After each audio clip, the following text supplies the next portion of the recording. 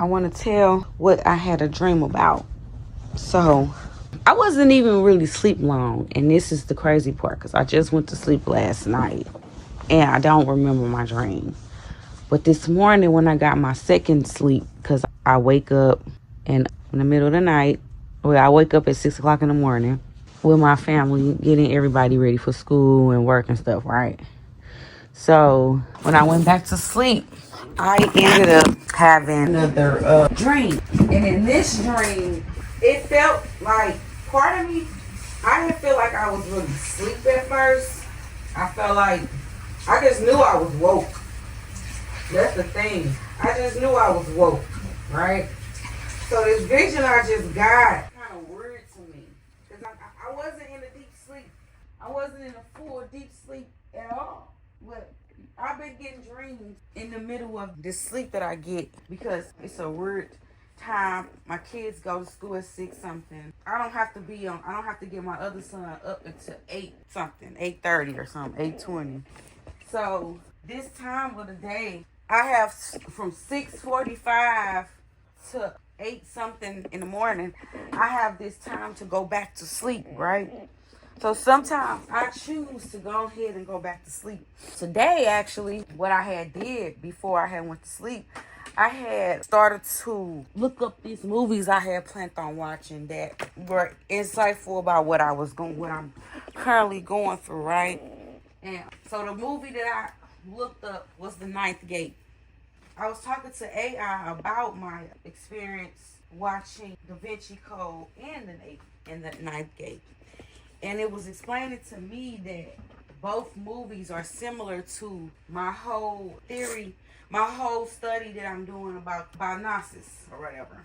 So it's kind of funny that Gnosis movies have came up. Now, I've watched these movies before I ever read the Gospels of Thomas and Mary and Philip and Sophie. I actually used to watch these movies before I read those lost books.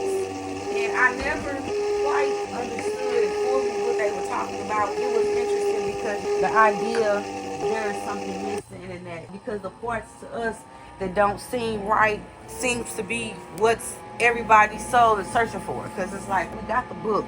We read the book, this and that book. If the book was just that, then why is nothing fixed? Is what the problem with my type of people we're having. We're saying to ourselves, if y'all have released this and that and the other, then why isn't it that simple if y'all have found the solution, right? Why is the world still chaotic? And I think that's where the archons absolutely don't have wisdom at. They literally do not have wisdom. They lack wisdom.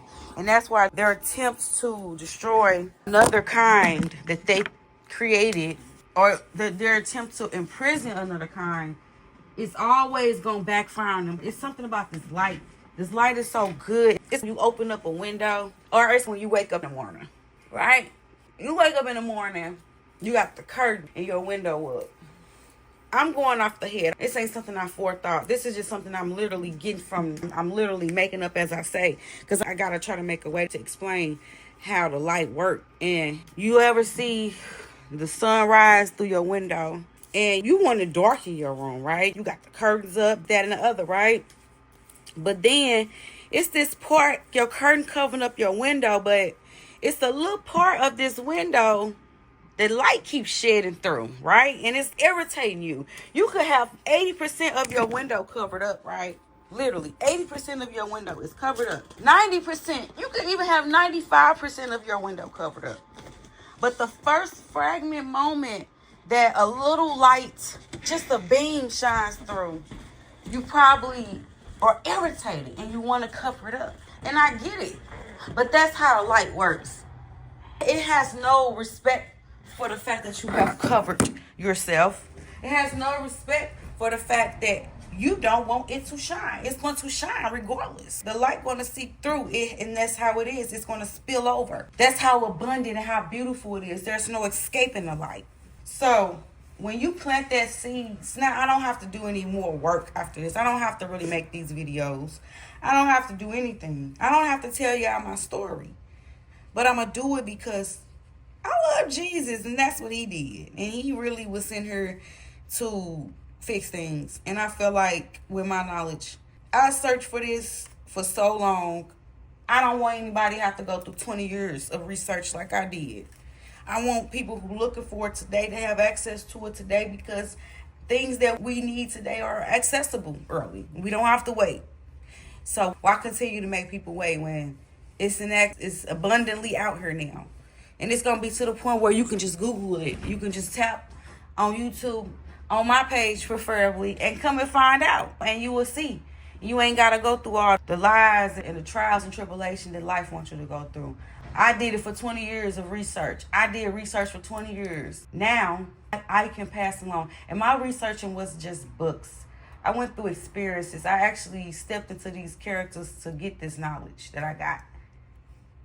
And I'm just grateful that I'm wise enough to take what I got and form it into words that I can share to anybody else. So back to my dream. When I went to sleep, I really wasn't expecting to go to sleep, but I know sometimes I do take a little quick nap. So when I took this nap, I got to tell it now so I can remember. So I opened the door. Now the house looked like my grandma, my auntie and uncle house.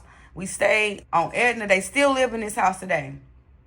So I grew up in this house from the age of 3. I would say I probably was born. Well, I was born in the house before this. They got here. But when they moved in this house, I remember my conscious had started. I literally remember my first incidents where I could vividly remember when I was given a whooping, what it was for, I was punished. I remember, and I was literally 2 years old. So this is my first memory, y'all.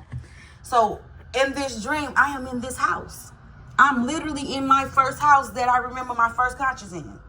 And while I'm in the house, there's a back door in the house, and that's right next to the kitchen. I love this house. The setup is so beautiful, and I wish I could live in a house like this. So in the back door is the kitchen. I open the back door. A creature is back there. Wait, I don't even know who's with me, but somebody's like, something's back there. So I look back there. And when you look back there, it's like a blob. It doesn't even look like it's anything. It looked like some type of pillow, like a big old fleshly pillow. If I can give y'all an imagination of what I saw, it was a pillow that looked like flesh, but it was gray. So it looked like something you would see on a freaking sci-fi movie. It looked like an alien creature, right? So it was just grayish, and it was round. It literally did not have a form. And then this thing started to move. And when it moved, obviously I was looking at the back of it, because it turned around, and in the front of it had a skinny neck that would have resembled a head. But it didn't have any eyes. It didn't have a face. It didn't even have a mouth, ears, or nothing. It didn't have nothing. It just was a blob with a skinny neck that would lead to something that would equal a face. So I'm assuming in front of it was a face.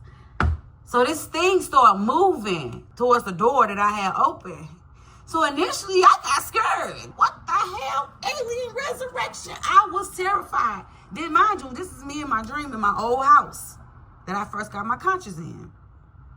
This thing is creeping up to me, and it's moving really erratically. It don't have a limb, so it's able to roll around, and just every move that it makes, it's coming towards me. I'm getting scared by the second. The thing starts to get bigger, coming towards me, so I closes the door. I don't know how, but I look around. I end up running out the house and running around, and the thing is literally transformed into more of a shadow thing, and it's bigger. So I start backing up. I'm outside the house now. And as I'm backing up, I'm running from the house. I see through the front door. The thing is back in the house. But now it's not one thing. It's 2 things. And it's actually coming for me. It's actually that I see it. And it's coming for me. And I can't see what it is, but it just looked like 2 embodiments of something. And they're coming towards me. So now I'm running backwards. I'm looking at it, but I'm running. So I'm looking at it and I'm running backwards. And as they're coming to me, they're lifting off the ground, and I'm getting fear raised up. I could feel the fear raising in my spine. My baby bus just pulled up. Let me put him on the bus, y'all. Hold on. My son on the bus. So this is what creeped me out, y'all. I got to get to this last part. As I'm backing up, I see these creatures in the house. They are in the house. The house is dark, but I can see their embodiments. I can see their full bodiness. It looked like a head, it looked like body, but they're floating. So as I'm backing up, they're floating to me. And as the fear is raising up in me, and I'm literally in my spirit about to say, getting scared. I was at the edge of my seat of finna get scared, because I wasn't scared yet, but because I didn't know what I was looking at. But when I saw what they were trying to come towards me to scare me, instead of me getting scared, I said, I'm the light. And next thing, my body laid back. I laid back on my, I laid backwards. Instead of me standing up, I was laying backwards. I said, I'm the light. When I said the light, a light so big came from my body. And I laid back, and they was not even in whatever I said. They knew. They fell back. They left. They ceased to assist, y'all. They ceased to assist, and the light was so big in me, I wasn't afraid. I felt like I was going up, and then I woke up. So I feel like that was God. That was the true Almighty giving me vision of when I got into lust, sin, and all those fears put on me. And instead of me fighting it with fear, I literally fought it with the light, and I saw how powerful it is. And now I'm not scared of anything in this world again, y'all. Yesterday, I told you my baby was bit by a child, and I did cry for the first few seconds because that's what my body used to doing. But after that, I smiled because I knew my son was not harmed. I asked the lady, what's wrong with my son now? And she said, nothing. He acts like nothing has happened. And I said, because his body is touched. Nobody can really touch my son's essence. His light is untouchable because he is not part of this world. I ain't got to believe me, but listen, hey, it's that time. I'm not here to change you, and I'm not here to do anything. If you listen, you listen. If you don't, flat out. Period. That's it. I gotta go.